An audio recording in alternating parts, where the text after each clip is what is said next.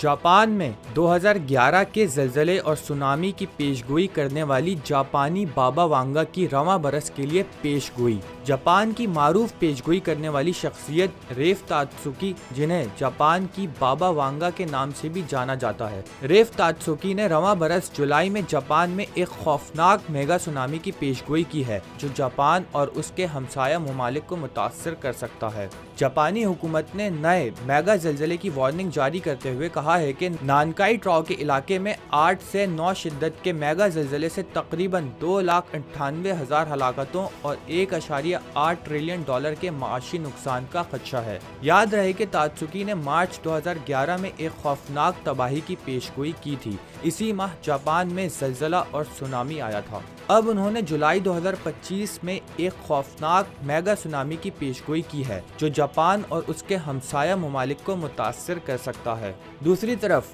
जापानी हुकूमत ने भी हाल ही में एक नई रिपोर्ट जारी की है, जिसमें सुनामी का खदशा जाहिर किया गया है।